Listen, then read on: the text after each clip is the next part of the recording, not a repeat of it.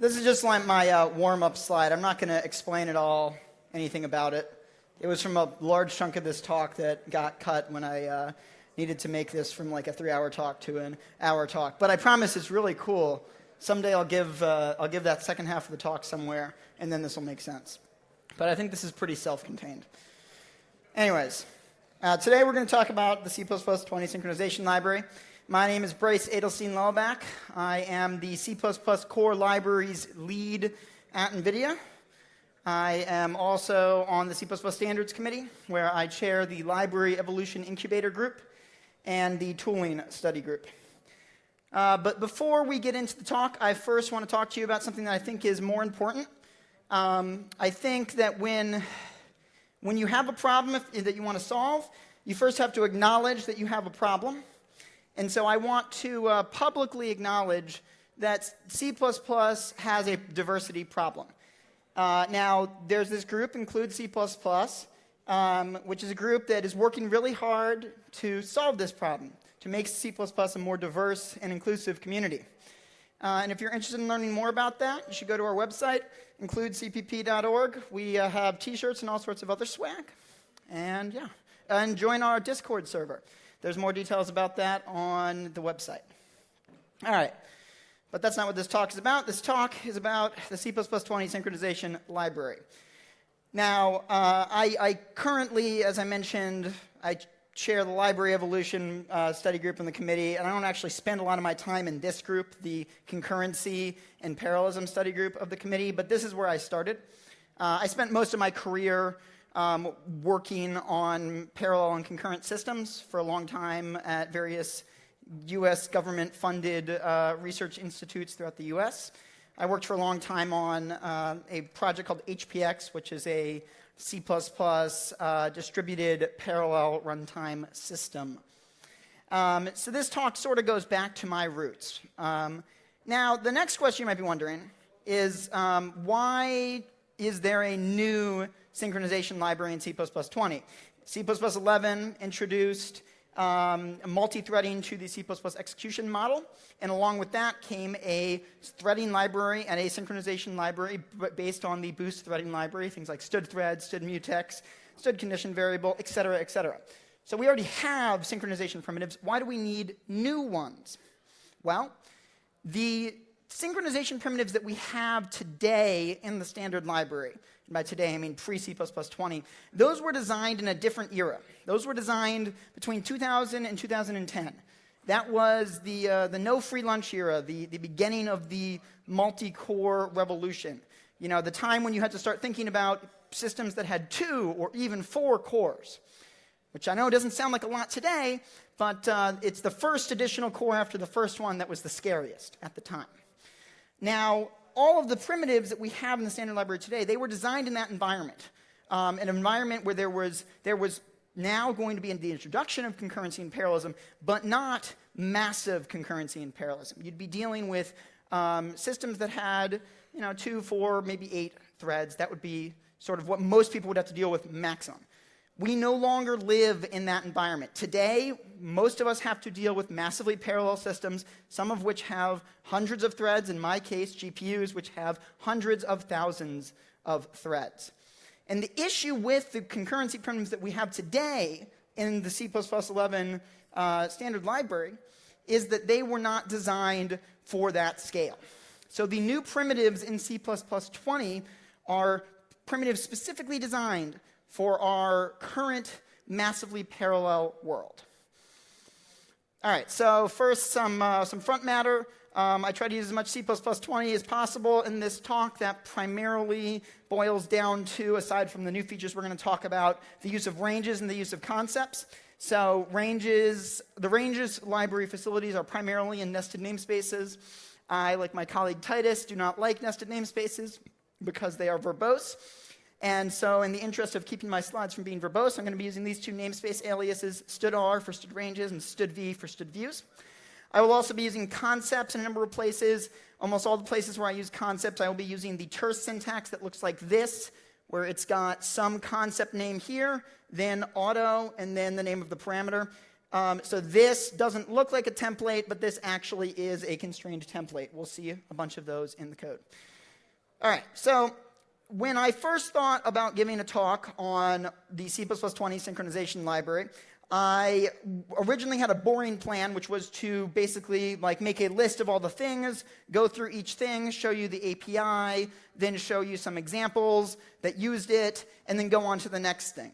But then I got the idea in my head that I could perhaps build one long-running demo that would span the entire talk that would demonstrate all of the various features that I wanted to show you. And so that's what I've done. And that particular demo is a tasking runtime that has some parallel algorithms implemented on top of it, particularly two algorithms, histogram and inclusive scan. So that's the example that we're going to walk through. So there's four different sort of components that we need to build what I just described.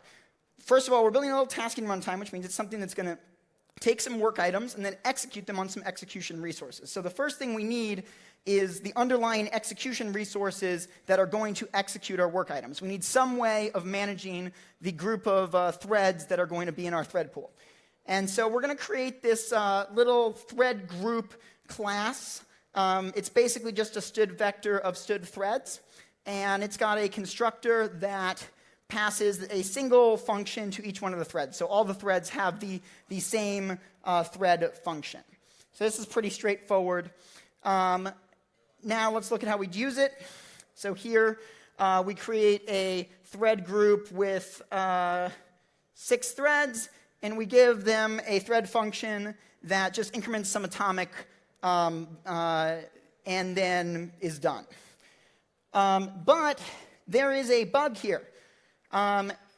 When we destroy the thread group here, we destroy all of the std threads, and when you destroy a std thread that has not been joined, std terminate gets called.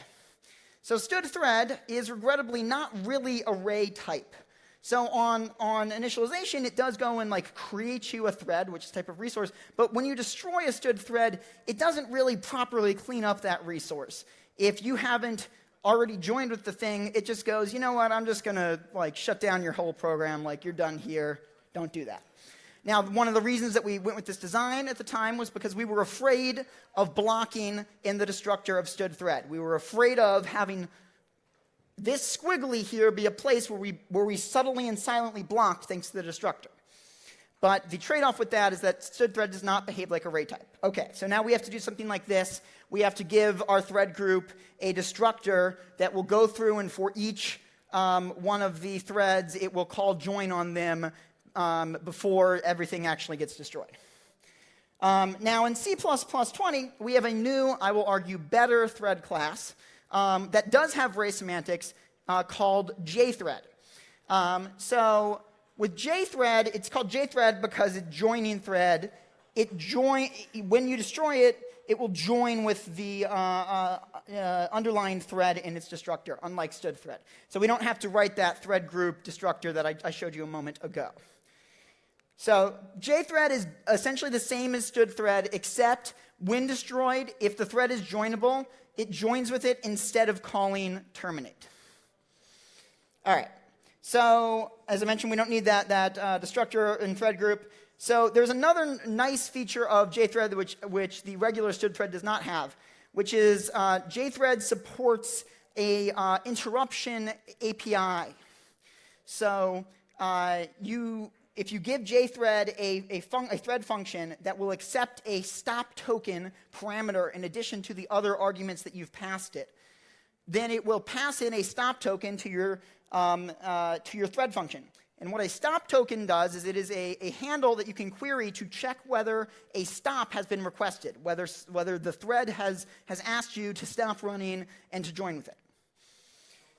So jthread supports interruption. The jthread invocable can be passed a stop token parameter if it supports taking such a parameter.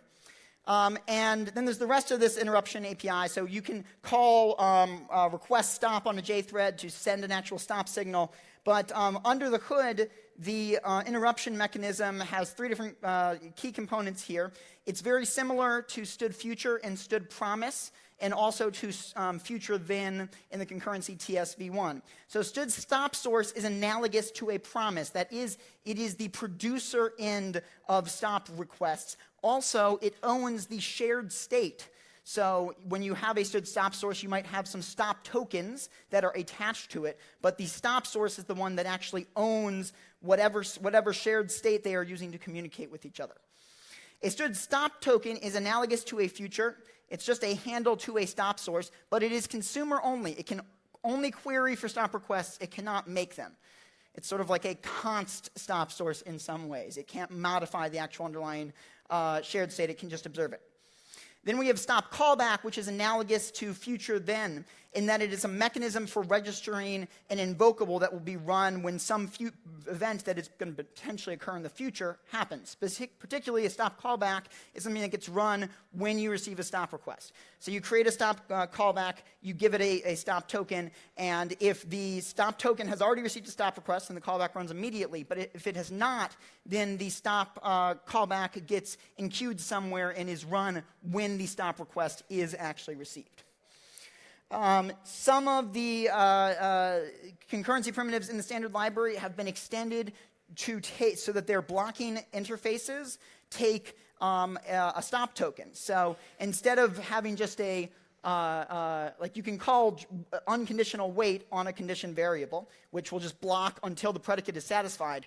But you can also say, hey, block until this predicate is satisfied or until you get a stop request in. Likewise for the timed blocking APIs. All right, so that is our worker threads. We've got this thread group thingy. We can use it to create some threads. We're going to use jthread, which is going to give us the nice ray termination mechanism. We will talk a little bit more about how we're using the interruption tokens later. But for now, let's move on to the work queue, which is going to be the multi-consumer, multi-producer concurrent queue that we're going to use to distribute work out to the worker threads. So basically, all the worker threads are going to be constantly pulling on this queue, trying to get work out of it. And then when you want to create work, you put work into this queue. So specifically, we're going to build a bounded multi-producer, multi-consumer queue. And by bounded, I mean that the queue has at most queue depth objects in it at any time. So the queue, we just use an actual stood queue to store the actual items. And we've got ourselves a mutex to protect access to the queue. We're using a mutex here primarily because the lock-free version of this just won't fit onto the slides, I'm afraid. Then we've got these two semaphores. One's called items produced and remaining space. Before I get into what they are and how we're using them here, I want to just talk generally about what semaphores are. So a semaphore represents a resource count. Semaphores can be used to limit the number of entities that can access a shared resource concurrently. They can also be used to sort of divvy out a shared resource to a bunch of entities concurrently. So like a semaphore, for example, can be used to represent a record of how many units of a particular resource are available, and that record can be modified concurrently. So you can either increase the amount of resources available or decrease the amount of resources available. So the template parameter to counting semaphore specifies the maximum possible count that you want the semaphore to support. This primarily gives implementations freedom to pick a faster implementation when they know that the maximum count that you want to support is small enough to fit within, say, for example, an int16t. On some platforms, there might be some accelerated support for semaphores, but with the restriction that the count has to be, particularly small. So semaphores have this release API, and release adds additional count to the semaphore. So by default, just one, but you can say release, any quantity up to the least max value of this counting semaphore. Then there's an acquire API, which is the blocking API that gets you one count from the semaphore. And there's also the typical non-blocking versions of this API, try acquire, which if it is unsuccessful, returns with false and never blocks. And then the try acquire for and try acquire until, which are the typical C++ style timed blocking API. So they'll block until a certain deadline has been reached. There is also this useful type alias.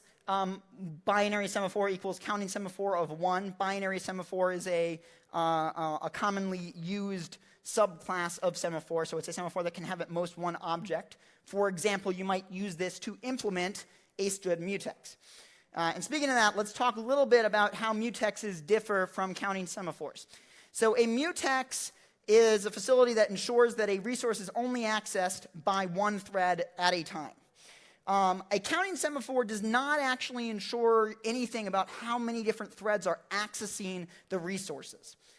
All it does is provide you with a mechanism to divvy out count to threads that need count. And when you have more threads requesting count than is available, to say, hey, you're going to have to sleep for a while. I don't have count for you right now. I will wake you up when count becomes available.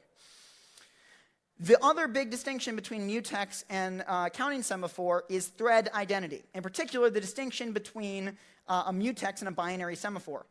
A mutex has thread identity, which means that only the locking thread may unlock a mutex. And a locked mutex is only going to be unlocked once.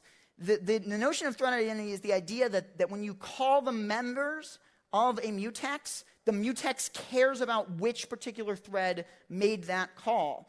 In particular, because it might use the identity, like the ID of the thread, for some internal data structures to implement the synchronization primitive more efficiently.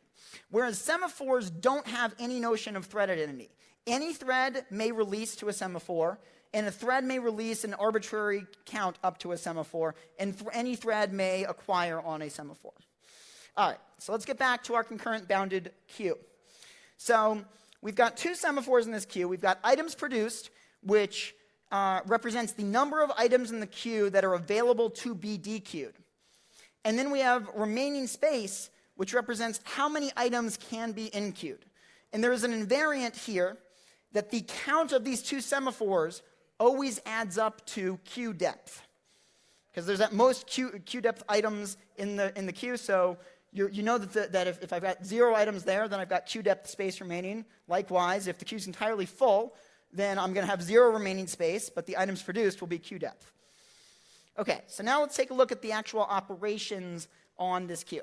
We're going to start off with the production side. So first we have this function push. It's very boring. It takes an object that you want to put into the queue. It locks the item's mutex. And then it just puts the item into the queue, and the lock is released when at the end of the scope there. We use push inside of enqueue here. So the first thing we do in enqueue is we need to acquire a space in the queue. We need to get a count from the remaining space semaphore to know that there's room in the queue for the item that we want to put in there. So this is a potentially blocking call. We may have to wait for a while. But once that acquire call is returned, we know that there's a slot for us in the queue. And we also know that nobody else is going to steal that slot from us. We got that slot. It means that there's definitely going to be a slot there for us. We don't know particularly which slot, but we know that there's one. So then we call push. And push will go and lock the mutex and actually put the item into the queue. Then finally, after the item has been added to the queue, now we need to let any consumers know that there is a new item that they can take. And we do that by releasing to the items produced semaphore.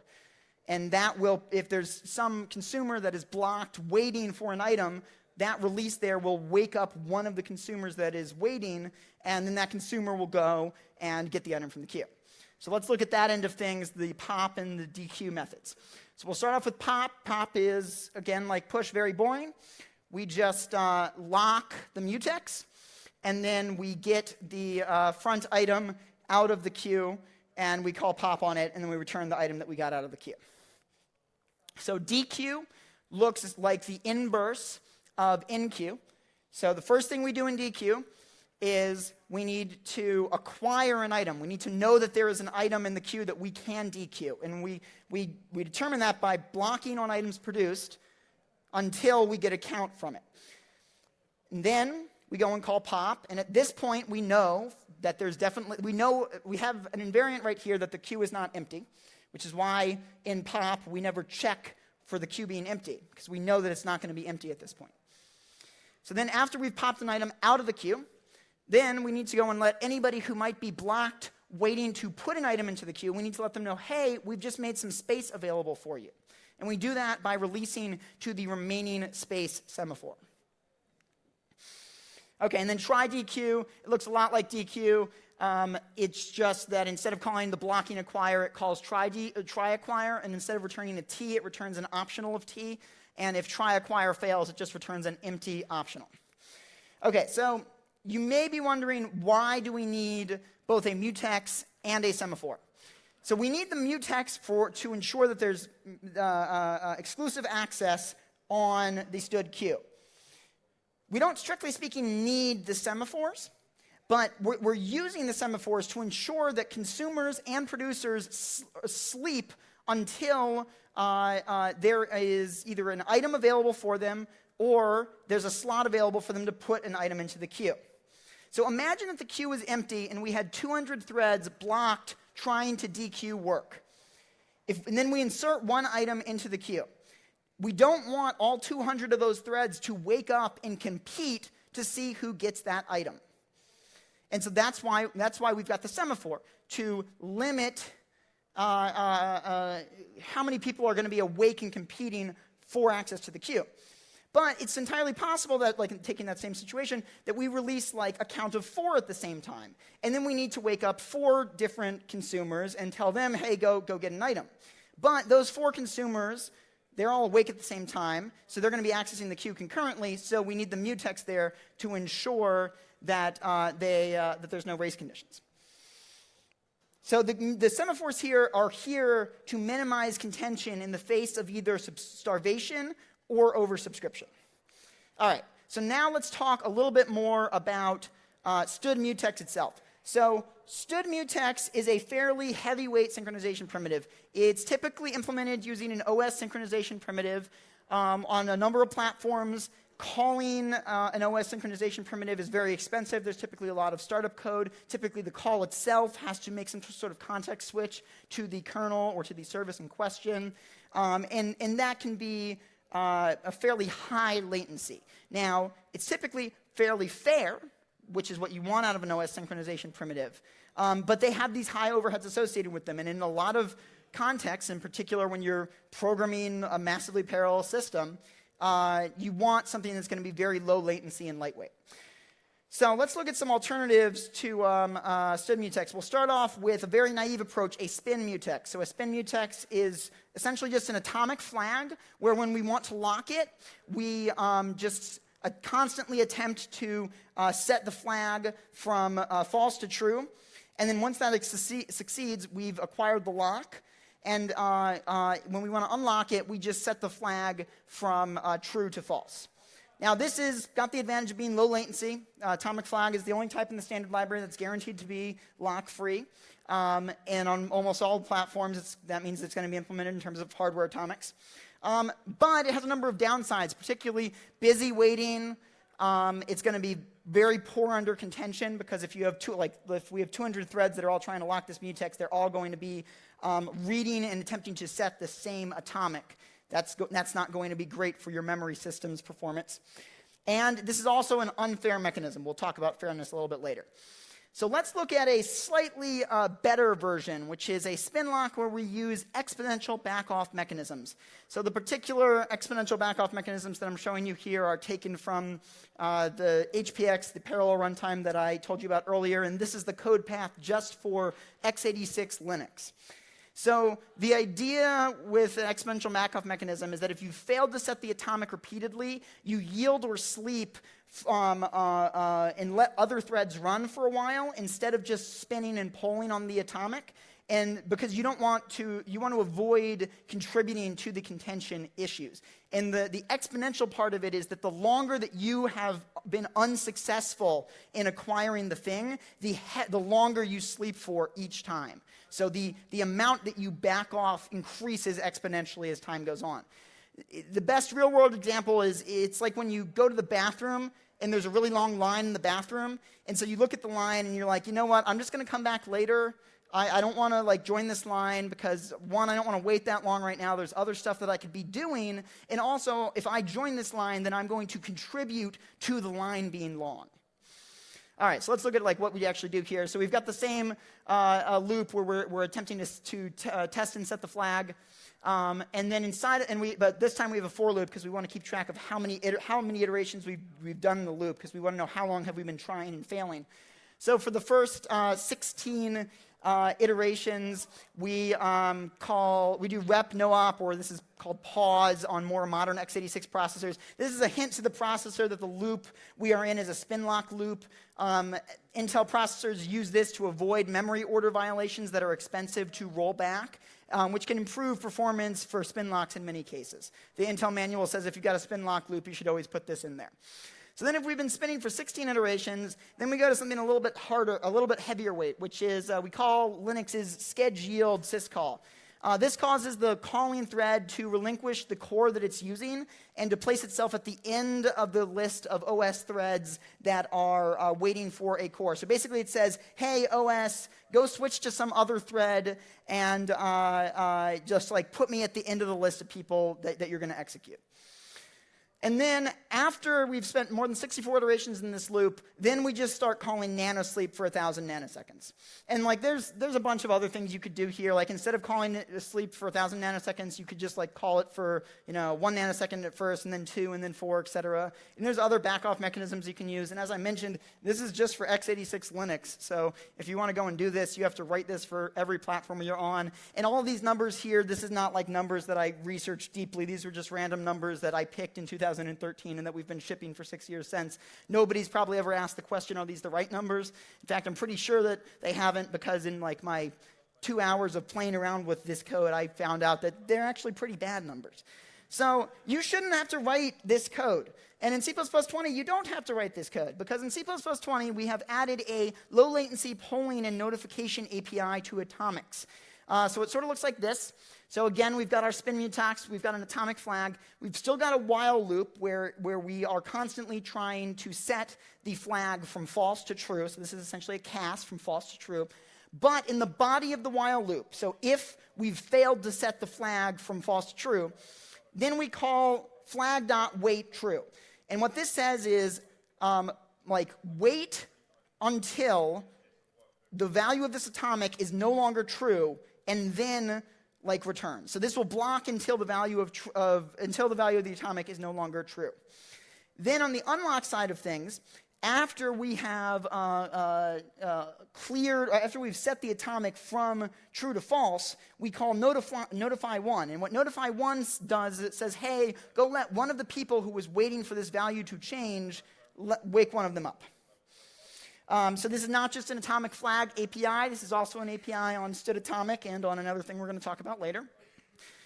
So it actually looks like this. So as I mentioned, there's wait, which takes an old value. So it blocks until the atomic is no longer equal to old. Then there are notify1, which wakes up one thread that is blocking, that is waiting on the atomic. And then there's notify all, which wakes up all of the threads that are blocking on the atomic.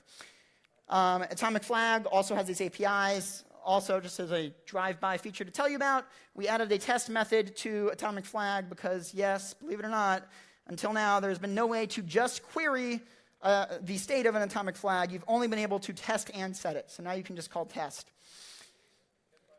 So there's a number of different implementation strategies for these wait and notify APIs. And if you ask the question, well, what exactly is my implementation going to do? You're not going to always know on every platform, and that's actually a good thing, because this gives implementers a lot of freedom to pick the thing that makes the most sense for the environment that you're deploying in, because your implementer is going to often know what the best option is on their platform. If I want to pick the best option on Mac OS X, I'm going to ask people who work at Apple. If I want to pick the best option on Windows, I'm going to want the Windows C++ standard library team to make that decision, not me. So here's some of the options. These are all the options that are supported in the implementation of this that my team recently contributed to libc++. So you can implement this with OS futexes or condition variables. That works for certain size objects on certain platforms. It's not actually very performant because, as mentioned before, OS synchronization primitives are expensive. So what you can do is you can create a contention table. This is similar to a lock table, which is used for things like non-lock free atomics when you don't want to embed the locks in them. So a contention table is basically just a global table that has like 40 of these things, and every different atomic just hashes like the address that the atomic is located at, and that's how they select which of these to use. And there might be false conflicts, like two different unrelated atomics might end up using the same futex or the same atomic, but that's perfectly fine. So that's one option that you can use to sort of optimize using futexes or condition variables. Now, there's also the timed backoff approach, which is what I just showed you, so like sort of the exponential backoff approach. That'll pretty much work everywhere. And then there's always like the fallback of just doing a naive spin lock, which is the first thing I showed you, with the caveat, of course, that that's going to have terrible performance. All right, so there's still a problem with this, and the problem is that this is not a fair mutual exclusion mechanism. So if I have two threads, thread A and B, and thread A begins the sequence of locking this spin mutex, it is entirely possible that thread B can come in and begin locking the mutex, acquire the lock on it, and then go and do its thing and then unlock it, even though it came after thread A. And in the pathological case, it's entirely possible that thread A gets just pathologically victimized, and that thread A has to wait a really, really long time. Like thread B or thread C just keep locking and unlocking this mutex, and because they were the last one to lock and unlock it, they continue winning because they're the one that currently holds the cache line. And so that's not a fair mechanism. It's basically thread B came and cut in line. That's not all right. You shouldn't be able to cut in line, right? Okay, so let's look at an alternative that has the low latency properties of a spin lock, but is also a fair mechanism. So we're going to look at a ticket mutex. So a ticket mutex consists of two atomic counts. There is an in count, which is going to be used to give each locking thread a unique number. And then there's an out count, which is going to track which number currently holds the lock. So let's take a look at the lock function.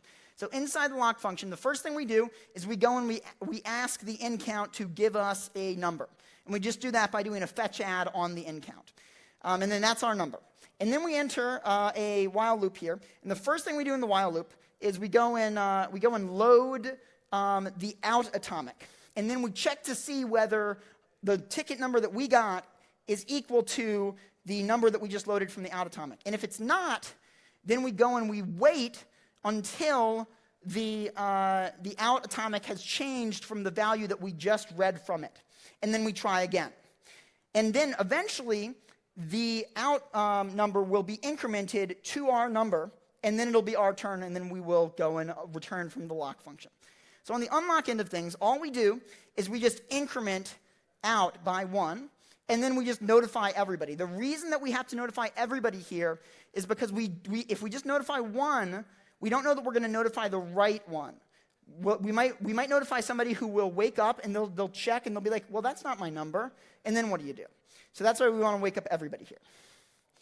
All right, so I don't know if this is a thing in Germany. This reference usually goes over well in the US, but in our grocery stores, we have meat counters.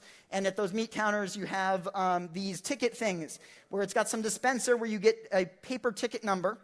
And then there's a sign above the deli counter, and instead of queuing up in front of the counter, you just come back when the sign says your number, and then that's your turn. And you can do other shopping while you're waiting for your number. That's the whole idea here. So this is why it's called a ticket mutex. So there's one more optimization that we can make here, which is we don't want these two atomics to live on the same cache line. In particular, because the out atomic is likely to be more contended than the in atomic. If this mutex is under contention, that means that there are a lot of different threads that are in this while loop right here that are loading out and waiting for out and waiting for out to become their value. But you'll notice nothing in this while loop touches in right here. We only need to increment in when we begin locking. It's sort of in some ways completely unrelated to out. And so what we want to avoid having happen is that this fetch add right here gets interfered with by all of this, all the memory traffic to out. And this is going to probably be a problem because these two atomics are right next to each other in the class, and so they're going to probably end up on the same cache line. So we'd like them to not be on the same cache line so that atomic operations on each one doesn't affect the other one. So what we're going to do is we're going to use actually a C++17 feature. It's these inline context for variables, hardware destructive interference size and hardware constructive interference size. We're using destructive interference size here because we're worried about conflicting or harmful interference. These are, I believe, the longest identifiers in the standard library. So it's essentially, we gave them this name because we didn't want to say std : cache line size because not all platforms have caches, but that's what it maps to on most platforms. And so we just align each one of these atomics to this particular size, and then we don't have to worry about that. So this is our final ticket mutex. It's quite nice. So we did all that work just so that we could drop in ticket mutex as a replacement for std mutex here. And so now we've got a low latency and fair std mutex alternative that will also behave pretty well under contention. All right, so now we're going to get to the third part of our little runtime system, the last component, the termination detection mechanism. So this might sound like it's like a detail, like it's not super important, but it's actually really difficult to figure out when you can safely shut down a parallel system. Okay, so first of all, we're going to throw our thread group and the queue we just built into a task manager class. We're going to call it bounded depth task manager. So it's got a queue of function objects, and it's got a thread group of threads. And then it's got some members, and we're going to talk about those. So the first one we're going to talk about is process tasks. Process tasks is the thread function that each one of the worker threads will execute. It's quite boring. All it does is in a while loop, so it gets past a stop token, as we talked about before. So the J threads in the thread group, they pass in the stop token to this function when they're created. And then we're in this while loop, and we just pull on the stop token and keep asking the stop token, hey, have we been asked to stop? And if we haven't, then we just dequeue work from the queue, potentially blocking if there's no work items in the queue, and then we execute that work. So the work in the queue are function objects, which is why we have two parentheses here. The first one is for the function call to dequeue, and then the second one is just calling the function call operator on whatever item we dequeued from the task. And so then in the constructor, we just call the thread groups constructor with however many threads we want, and then we pass in process tasks as mentioned. All right, so let's look at how we'd use this. So here we are creating a bounded depth task manager that has a maximum queue depth of 64 with 6 threads. And then we're going to submit 256 tasks to this task manager. Each one of these tasks is just going to increment this atomic by 1. But there is a bug here. And the bug is that the workers may receive a stop request and all exit before the queues are actually cleared. So this program will run and compile, but count is probably not going to be 256 at the end here because these threads are going to probably exit before they've cleared out all of the queues. Because we don't actually check in process tasks that there's no more work left after we've received a stop request. Okay, so let's try to fix process tasks. We're going to do it by doing this.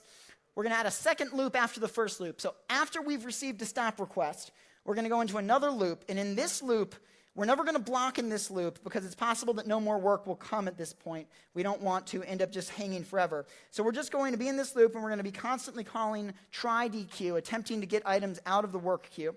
And then if we are successful in getting items out of the work queue, we're going to execute them. And as soon as try dequeue fails, then we know that the work queue is empty, and then we're done. And then we can just exit out here. But there is still a bug here. And the bug is a worker thread may block while dequeuing after all tasks have completed and before the stop request is received. So we need to control when all the worker threads exit the first loop. And we're gonna do that in the destructor of bounded depth task manager, and we're going to do that using a thing called a latch. So a latch is a new C++20 construct for controlling phases of execution and coordinating threads. So we're going to create a latch that has a count of however many threads are in the thread group plus 1. But first, let's talk a little bit more about what latches are. So this is like the basic API of latch. So when you construct a latch, you specify a count of how many actors are going to be involved in the latch. So how many people do you expect to arrive at the latch? Then you can count down on a latch, which indicates that some number of actors have arrived at the latch. This is in some ways similar to the semaphore APIs that we saw earlier. There's a reason that the name is different from being release. In particular, it doesn't have the exact same semantics as a semaphore, so we felt it was important that it have a different name. So this is essentially an asynchronous arrival API. In many other programming languages, latches and barriers, you can only both arrive and wait at them. But with C++20 latches and barriers, there's always an asynchronous API. So we can count down, which just lets us arrive without waiting. And then we can wait. And there's also a non-blocking version of wait. We don't have the timed versions here, though. And then finally, we have arrive and wait, which is the blocking synchronous operation. So this says, like, I'm arriving, and then I want to wait for everybody else to also arrive with me. OK, so back here to the latch. So we've created this latch with a count of however many threads are in the thread group plus 1, because the number of threads that are going to be participating is going to be all of our worker threads plus whoever's calling the bounded depth task manager destructor. We've got a precondition that that's not going to be one of the worker threads themselves. So then what we're going to do, we're going to submit one task to the queue for each one of the worker threads. And this task is just going to call arrive and wait on this latch right here. And so what this is going to do is this is going to eventually the workers will run out of work, and they will get to these items, and each one of them will execute one of these special items, and then it will be blocked right where this red arrow is, waiting for this arrive and wait to complete, which it won't do until this destructor calls countdown, because the count on the latch is the number of threads in the thread group plus 1. So what this does for us is this allows us to hold all of the worker threads at this point right here, at the point of executing a task in this loop. And that is useful to us because what that lets us do is we can send the stop request, and then we know that, like, we sent the stop request, we know that all the threads will now have the stop request, and so now when we signal to all of them and we let them continue in this loop by saying countdown, they're going to go back to the next iteration of this loop, and they will definitely see the stop request. So this ensures that none of them will be hung here waiting for more work that's never going to come. All right, so that is our termination detection algorithm. And this is the final form of our bounded depth task manager. So now we are going to dive into the last part of this talk, which is building two different parallel algorithms. And we are going to start off with histogram. So histogram is an algorithm that takes each element of an input sequence and maps it to an element of the output sequence, and then increments that output element by some amount. So for example, you can use histogram to count the number of times each letter appears in a string. So our generic version of histogram, it's not actually that generic. We'll get to that a little bit later. It takes a unary function op here, which just takes an element of the input and then returns an index into the output that it should be mapped to. So in many cases, that operation function might just be the identity function. The idea is it's just an abstraction around the notion of deciding which output element you are going to increment for each one of the input elements. So let's look at an example. We're going to use the example I just mentioned of counting the number of times that each letter occurs in a string. We're going to use this string, hello C++. So what we want as a result is something like this. So H is going to map from some place in the input to some element in the output, and then we're going to increment that element by 1. E is going to go here. We're going to increment it by 1. Now we have two L's, so both of these two will map to the same place, and this will get incremented twice. Likewise, for the pluses, they will map to the same location in the output, and then that location will get incremented twice. Pretty straightforward. Okay. Now let's look at the parallel version here. It's got the same signature, except that we have added an execution policy parameter here. And that's not execution policy in the C++17 sense. This is some concept that I'm not going to get into the details of much. I'm just going to say it's a concept that has a member function called submit that takes a callable and goes and runs it somewhere. And then it's got a method called concurrent agent, which tells you how many actual concurrent execution agents are backing the execution policy. We'll talk about that a little bit more in like 2 slides. Okay, so inside of our parallel histogram function, the first thing that we're going to do is we need to figure out how many elements we have. That's easy. We just call distance. Then we need to determine how many chunks we're going to split the elements up into. So the idea behind pretty much every parallel algorithm is that you want to divide the input into subproblems and have individual threads work on those subproblems. In this case, this algorithm is mostly complete, like each chunk can mostly be processed in parallel, so it'll be pretty simple. So what we're going to do to figure out how many chunks to use is we will call concurrent agents on exec. So like if exec is a thread pool, concurrent agents would tell us how many threads are in that thread pool.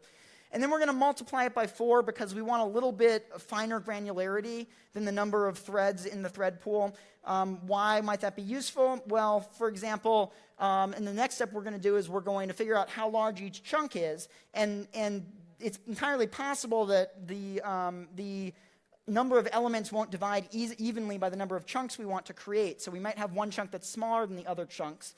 And so if we just had one task for each thread, that might mean that there's one thread that's going to just be not doing work for some period of time. If we make the chunks smaller, then that means that there will be less time when that last chunk will, there will be less time when the thread that processed the last chunk will be idle.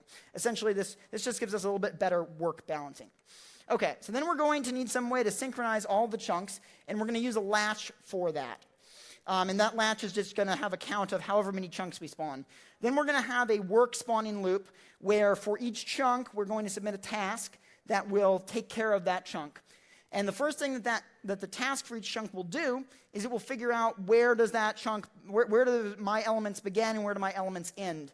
The where do my elements end part, that's where we have to deal with the potential last chunk being smaller than the rest. So what we do is we check, is the end that you would compute like on your own smaller than the actual end of the elements or the number of the elements, and if it is, then you use that. Otherwise, you use the end of the elements and you truncate the size of the last chunk.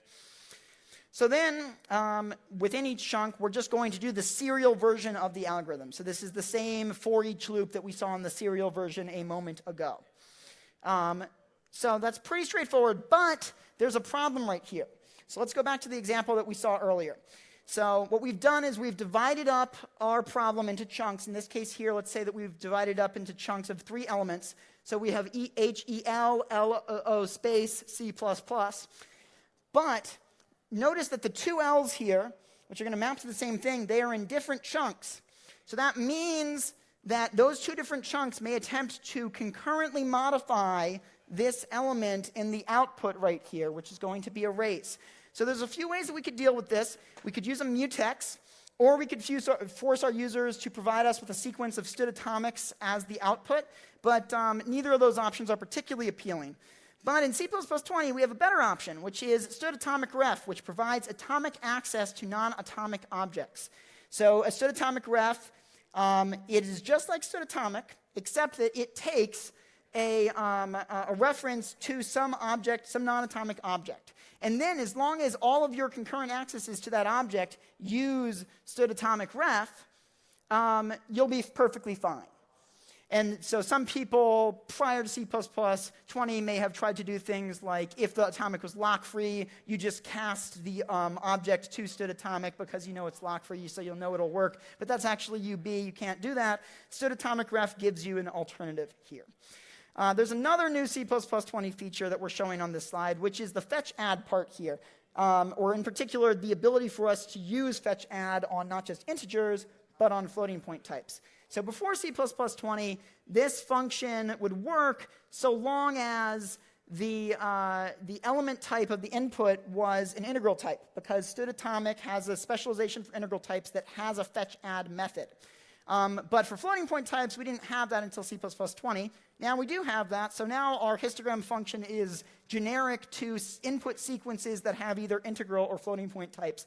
It's not actually particularly generic, but it's a little bit better. So this is what they look like. We've got fetch-add and fetch-sub.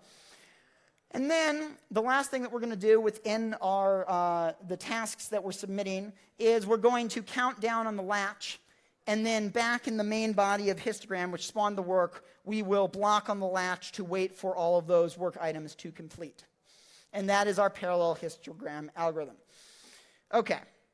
So now let's look at one other algorithm, which is inclusive scan. Inclusive scan is a C++17 algorithm that takes an input sequence and assigns the sum of the first n elements into the nth element of the output sequence. It's very similar to std partial sum, which has been in C++ longer. The difference is that std partial sum mandates a specific order in which the operations have to happen, which prevents it from being parallelized. So when we added the parallel algorithms in C++17, we added inclusive scan, which is very, very similar to partial sum, but it does not have those same ordering constraints. So let's look at an example here. Let's say that we've got a sequence of 9 values, A, B, C, all the way up to I here.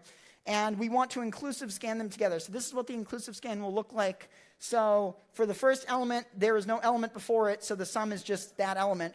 For the second element, we have a sum of AB because we have one element before us. For the third element, we have a sum of ABC in the output. It's pretty straightforward.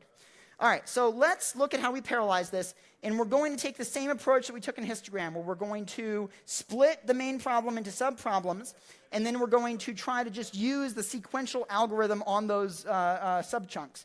And there's a little bit more to it here, but that's just sort of, we're starting in the same way. So we're going to start off, we're going to split into A, B, C, D, E, F, G, H, I. And then we're going to do an inclusive scan on each one of those chunks. So each one of the threads will do an inclusive scan independently on each one of these chunks. But now we have a problem. We need to propagate information between the different chunks. Specifically, for the sum for the fourth element, D, we need the ABC from the first part, from the first chunk there. And actually, every subsequent element needs ABC from the first chunk there. And for elements in the last chunk, they need information not only from the first chunk, but they also need information from the second chunk here. So this algorithm is not just like embarrassingly parallel, and it's not even just easy like histogram, where we can just use like atomic ref or a mutex to coordinate accesses between the threads. We need some actual structural we need a structural rejoin of the algorithm here to propagate this information. So what we're going to do is, each chunk is going to take the sum of all of its elements, which is equivalent to the last element in its output, and it's going to write that element into some vector that we pre-allocate.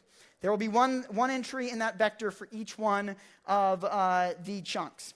So the first element will be ABC, the second element will be DEF, third element will be GHI.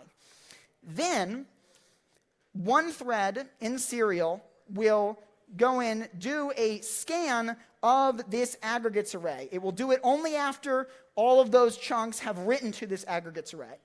So it'll do this scan in serial, and that'll give us this in the aggregates array. We'll have ABC in the first entry, ABCDF in the second entry, and the sum of the entire sequence in the last entry.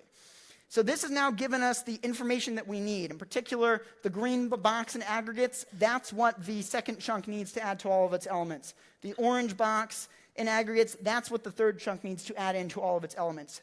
So now we can split back off into parallel again. And we'll have each chunk, excluding the first chunk, add the preceding chunk's element into all of its output elements here. So the second chunk here goes and increments all of its values by the first element of the aggregates array. The third chunk goes and increments all of its values by the second chunk in the aggregates array. And then, as you can see, we've got the correct result on the bottom here. And so this is what's called a work-efficient parallel inclusive scan. These two passes we typically call the first pass the upsweep paths because there is a decreasing amount of information as we propagate information that we need that needs to be shared among the threads to a single location. Then we do some processing in serial, and then we distribute that information back to all of the threads in a downsweep pass. It's called downsweep because the amount of parallelism is increasing as we pass the information down to the threads. All right, so here's what the actual implementation looks like. We've got a lot of the same code that we had before for histogram, where we figure out how many elements we have, how many chunks we want, and the size of each chunk. In this case here, we're going to not oversubscribe our execution policy. We only want one chunk for each concurrent agent. We'll talk about that in just a moment. And then we create our aggregates vector. As we said, we want L1 element for each one of the chunks. So we initialize it with to a size of chunks. Then we've got two different synchronization primitives we're going to use. One is an upsweep barrier. Barrier is similar to a latch. We'll talk about that in a minute. And then we have a latch too. So, all right, we should have had the barrier slides there. That's fine. Okay, all right, so now we're going to jump into the work spawning loop of this inclusive scan here. And so we're going to do the same thing we did in histogram. The first thing that each one of the tasks does is it figures out what's the start of my chunk, what's the end of my chunk. And then it does the sequential algorithm. It just calls C++17's inclusive scan on its chunk. Then what we need to do is we want to store the sum of the chunk, which is equivalent to the last element of the inclusive scan, into that aggregates chunk array. We know that we can do this concurrently with other threads because each one of the threads has its own index in that aggregates array, so it's fine for everybody to be writing to that vector at the same time. And then we're going to call arrive and wait on this upsweep barrier.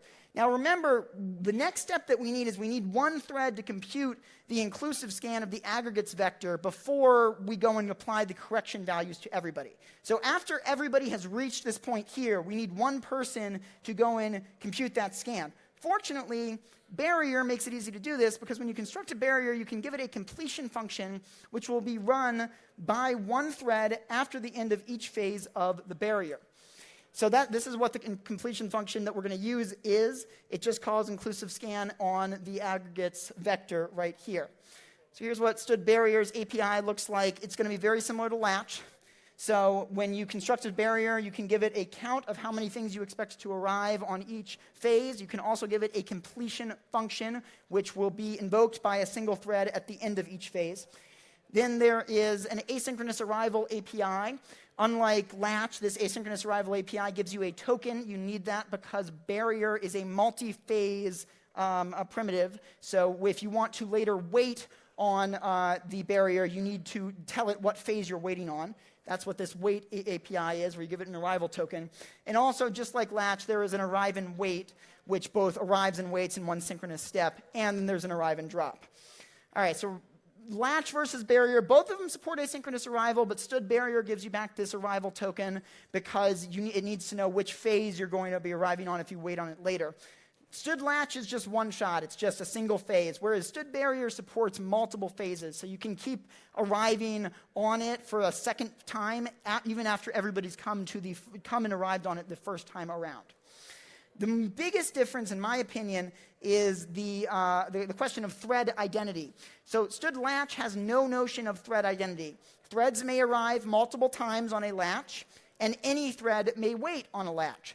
Stood barrier has a notion of thread identity. A thread may only arrive once per phase on a barrier, and only a thread who has arrived may wait. And the other big difference between the two is that latch does not support completion functions, only barrier supports completion functions. And that's why we're using the barrier right here. So this code right here, this scan, will be executed right about here-ish. So it'll be executed after the arrives have happened, but before the wait's complete. And I mean like literally like in that and right there. So all of the arrives on a phase happen before one thread runs the completion function, and all of the waits on that phase only complete after the completion function has been run. So what this means is we know that when we start running that scan on the aggregates vector, we know that everybody has arrived, and we can see the write that they did to the aggregates array. And after everybody has returned from this arrive and wait, we know that everybody can see the results of that serial scan that we did of the aggregates array. So now we go to the downsweep pass here. So the first chunk has no preceding chunks that it needs information from, so it's already done. It doesn't have to add anything. And then what we do is we just do a for each loop. It's very simple. We just add the value of the preceding chunk's aggregate element to each of the elements in our chunk, just as we showed on the diagram before. And then finally, just as in histogram, we go in, we count down on the downsweep latch that we have, and we're just doing this so that back in the main algorithm, we can wait on that latch and know when the work is actually done. And that's it. This is a work-efficient, parallel-inclusive scan algorithm. Okay, so that's it. Let's look at what we've actually talked about today. So we looked at Stood Atomic, which now is a wait and notify interface. Atomic Ref, which allows you to view an object that is not atomic atomically. The new test interface for Stood Atomic Flag. The new floating point specializations for Stood Atomic. Then there's Latch and Barrier, these new types for coordinating groups of threads. There's Counting Semaphore for managing resource counts. And we've added a new and improved version of Stood Thread called JThread, which has a joining destructor and supports interruption mechanisms. And then finally, I want to tell you about one of the places where you can get this. So my team has done an implementation of this library, which we are in the process of contributing to libc++. But available next week will be, these won't be in that release, but available next week will be the first release of the CUDA C++ standard library, which is a opt-in, heterogeneous, and incremental port of libc++ to CUDA C++. So the opt-in part means that it lives in a different namespace from your host standard library, so that it doesn't conflict with that. Heterogeneous means that all of the things in this library work both on the CPU and the GPU and work across CPU and GPU. So you can use them to synchronize between CPU threads and GPU threads. And incremental means that we haven't ported everything in one pass. We will incrementally add to it over time. As I mentioned, it's a port of LLVM's libc++. We are contributing some of the work that we're doing on it upstream to LLVM, like our implementation of almost all the things that are in this talk. So next week, we will be releasing it.